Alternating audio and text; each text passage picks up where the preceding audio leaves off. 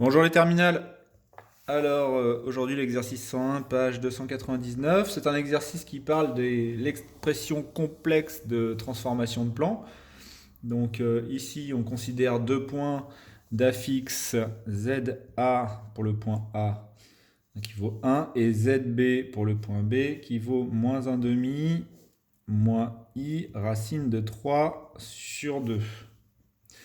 Et on a le point C, image du point B par la rotation de centre O et d'angle moins 2 pi sur 3. Déterminer la forme exponentielle de ZB.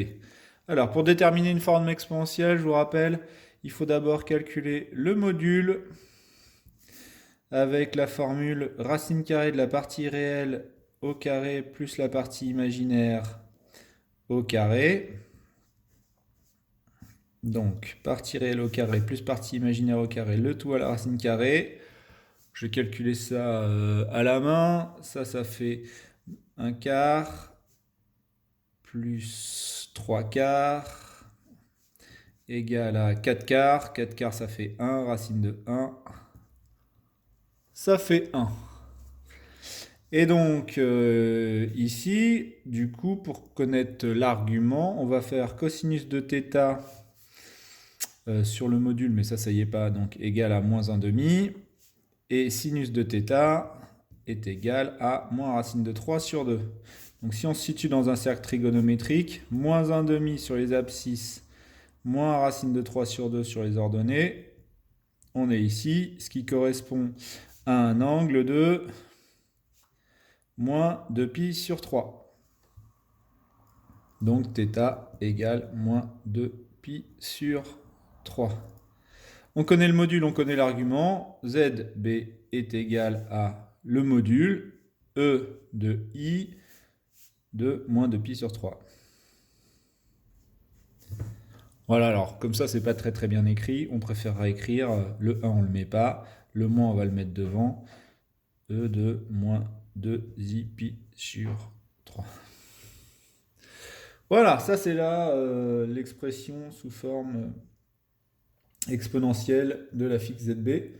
Déterminer l'écriture complexe de la rotation. Alors, nous, on a vu dans le cours que pour obtenir une rotation de centre O et d'angle θ, on faisait Z' égale à E de I θ Z. Là, c'est multiplié, évidemment.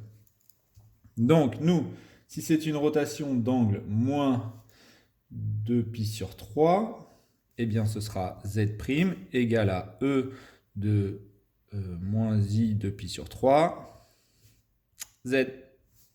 Voilà, ça c'est l'expression de la rotation. Maintenant, en déduire l'affixe ZC du point C.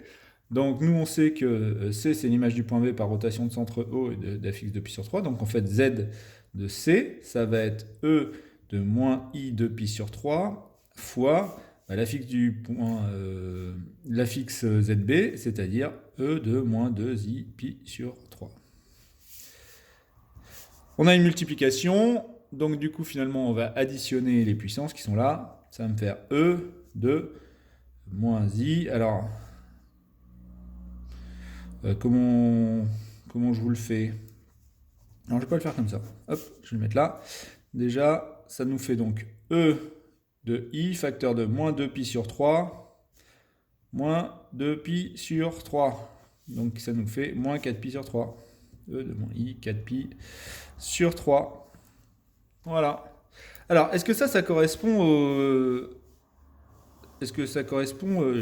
géométriquement à notre problème? Donc, on va faire un dessin. Nous, on sait que ZB, il est ici. On l'a dit tout à l'heure. Voilà. Notre point B, il est là. Et on va appliquer une rotation de centre O et d'angle moins 2 pi sur 3. Donc, pi sur 3, moins 2 pi sur 3, on se retrouve là. Donc voilà, notre point C, il est exactement ici. Là, on a bien un angle de moins 2 pi sur 3. Est-ce que ce que je viens de trouver, est-ce que l'affixe du point C que je viens de calculer correspond? Eh bien, ici, le module vaut 1. Donc on est bien sur le cercle trigonométrique, comme le point B. Très bien. Et notre angle vaut moins 4pi sur 3. Si je compte bien, moins pi sur 3, moins 2pi sur 3, moins 3pi sur 3, moins 4pi sur 3. La représentation géométrique correspond bien à ce qu'on avait calculé. Déterminer la nature du triangle ABC. Alors, notre point A, il était là. Voilà. Le triangle ABC. Qu'est-ce qu'on peut dire de celui-là? Nous, on sait que OA, la distance OA, c'est le module de la fixe de A, c'est-à-dire 1. On sait que ça vaut 1 et que ça vaut 1. Donc, tous les points sont sur le cercle trigonométrique. Ils sont tous à même distance de notre point O.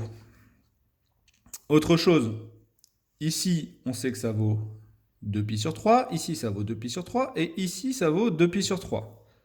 Donc, on a les angles au centre, là, qui sont égaux. Et bien ça va caractériser un triangle équilatéral. Voilà, c'est tout pour cet exercice. Je vous souhaite une très bonne journée et à bientôt.